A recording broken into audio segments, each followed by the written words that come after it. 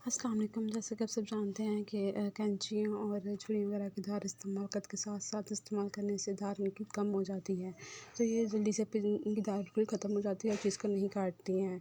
तो इनको फिर बाज़ार से तेज़ करवाने के लिए बेचना पड़ता है, क्योंकि अगर ये तेज़ ना करवाई जाएँ तो फिर ये इस्तेमाल के काबिल नहीं रहती हैं। तो आज के बाद मैं आपको इन चीज़ों को घर में ही तेज़ करने का ऐसा तरीका बताऊँगी जो कि नहायत ही कारआमद और मुफ़ीद है, और सबसे बढ़कर वो बजट फ्री है और ज़ीरो कॉस्ट है।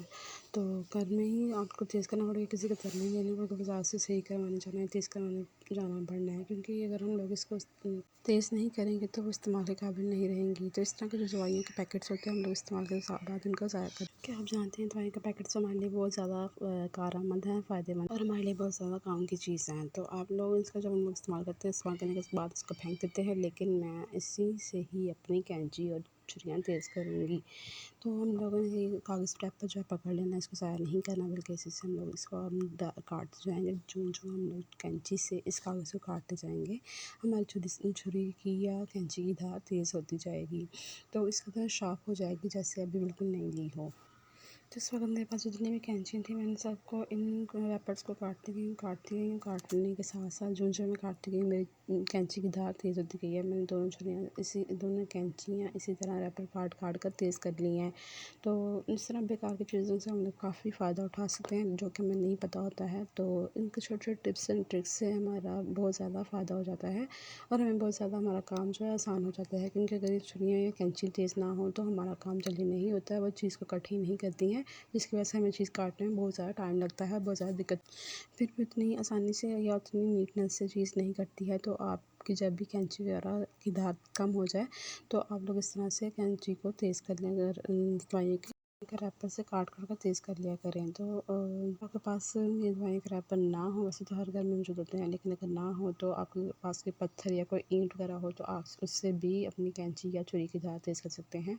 उसके साथ रगड़ कर जितना आप रगड़ेंगे उतनी ही आपकी छुरी या कैंची की धार तेज़ होगी। तो आप इन छोटे छोटे टिप्स एंड ट्रिक्स से हम लोग घर में ही अपने काम निपटा सकते हैं। देखिए, मैंने छुरी की कैंची इस कदर तेज़ कर ली है कि मैं जितनी मर्ज़ी तह लगा के कागज़ के कपड़े की काटूँगी तो आसानी से कट जाएगा बगैर अटके, और आराम से कट जाएगा ईज़िली। इस कदर इसकी धार तेज़ हो चुकी है, जैसे ये बाज़ार से तेज़ करवाई गई हो। तो आप इस ट्रिक को ज़रूर ट्राई कीजिएगा, इंशाल्लाह आपको बहुत ज़्यादा फ़ायदा होगा।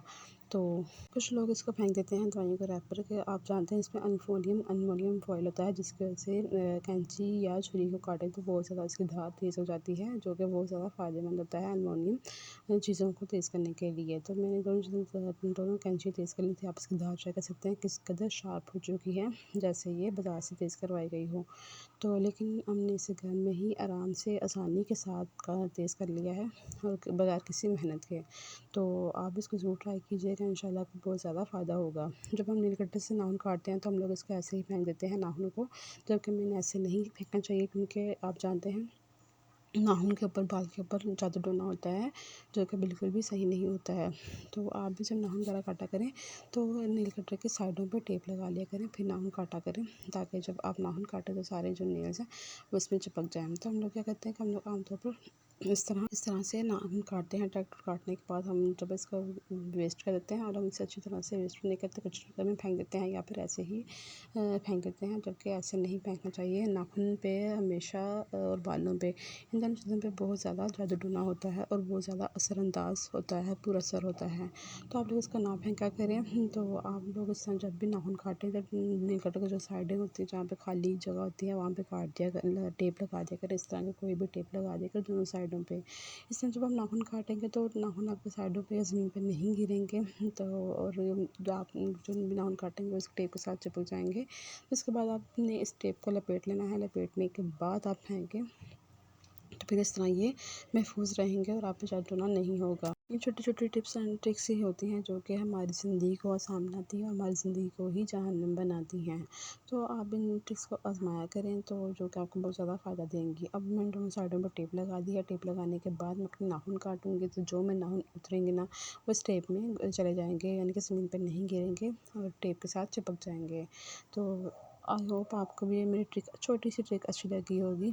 तो अगर अच्छी लगी हो तो please like share and subscribe ज़रूर कीजिएगा। अगर नाखून हम लोग ना काटने बड़े हुए हों तो तब भी ये हमारी सेहत के लिए अच्छे नहीं होते हैं, क्योंकि जो भी मैल वगैरह होती है वो नाखूनों में जम जाती है, और जब भी हम कोई चीज़ वगैरह खाते हैं तो वो जरासीम हमारे अंदर जाते हैं, जो कि हमारी सेहत के लिए नुकसानदेह हैं और हमारी तबीयत को ख़राब कर देते हैं, हमारी सेहत को डाउन कर देते हैं। तो इससे थोड़े थोड़े दिनों बाद जब देखें नहीं थोड़े से बड़े हुए नाखून थोड़े से बड़े हुए तो उनको काट लेना चाहिए। इससे रिज़्क में बरकत भी होती है, क्योंकि अगर नाखून बड़े हुए हों तो रिज़्क में बरकत नहीं रहती है। तो ये छोटी छोटी सी टिप्स होती हैं जो कि हमारी ज़िंदगी को बहुत ज़्यादा आसान बनाती हैं, हमारे लिए फ़ायदेमंद होती हैं, और ये छोटी छोटी टिप्स ही होती हैं जिनको ना अपनाने से हमारी ज़िंदगी में परेशानियाँ मुश्किलें आ जाती हैं। तो आप इन टिप्स का छोटे छोटे टिप्स का ध्यान रखा करें, जो कि आपको बहुत ज़्यादा इंशाल्लाह फ़ायदा देंगी। तो मैंने इस तरह दोनों साइडों पर टेप लगा दी थी। टेप लगाने के बाद मैंने नाखून काटे थे, तो मेरा नाखून कोई भी नीचे नहीं गिरा, सारे इन नाखून टेप के साथ ही चिपक गए हैं, शायद आपको नज़र आ रहे हों। तो इनका उसके बाद मैंने फ़ोल्ड कर लूँगी। फ़ोल्ड करने के बाद मैं इनको डस्टबिन में फेंकूँगी। इससे ये होगा कि ये किसी के इस्तेमाल के काबिल नहीं रहेंगे, और इसको कोई भी इस्तेमाल नहीं कर सकता, ना ही ये इधर-उधर ज़ाया होंगे। तो ये छोटी सी पार्ट्स हमारे जिस्म के ऐसे होते हैं, तो यही हमारी सेहत के लिए बहुत ज़्यादा फ़ायदेमंद या नुकसानदेह हो सकते हैं। तो आई होप आपको मेरी ये टिप अच्छी लगी होगी। इसके अलावा नील कटर के बहुत ज़्यादा फ़ायदे होते हैं, इसको इस्तेमाल करने के भी। इससे नील कटर हालाँकि छोटी सी चीज़ है, जिसे अमूमन तौर पर यही समझा जाता है कि ये नाखून काटने के लिए ही इस्तेमाल होता है, लेकिन क्या आप जानते हैं कि हम लोग इससे नेल काटने के अलावा बहुत ज़्यादा फ़ायदा उठा सकते हैं। तो आप इसके मुतालिक भी मेरी वीडियो है। ये छोटी-छोटी टिप्स और ट्रिक्स ही होती हैं जो हमारी ज़िंदगी को आसान बनाती हैं। इस तरह ही मैंने सारे निकाल के उनको टेप में लपेट दिया। लपेटने के बाद मैं उसको डिस्कार्ड करूँगी। तो ऐसे ही होगा कि दूसरी चीज़ों से हवाई जो चीज़ें होती हैं वो हमारे लिए बहुत ज़्यादा नुकसानदेह होती हैं, जो कि हमारी सेहत के लिए नहायत ही मुश्किल होती हैं और हमारी ज़िंदगी को मुश्किल बना देती हैं।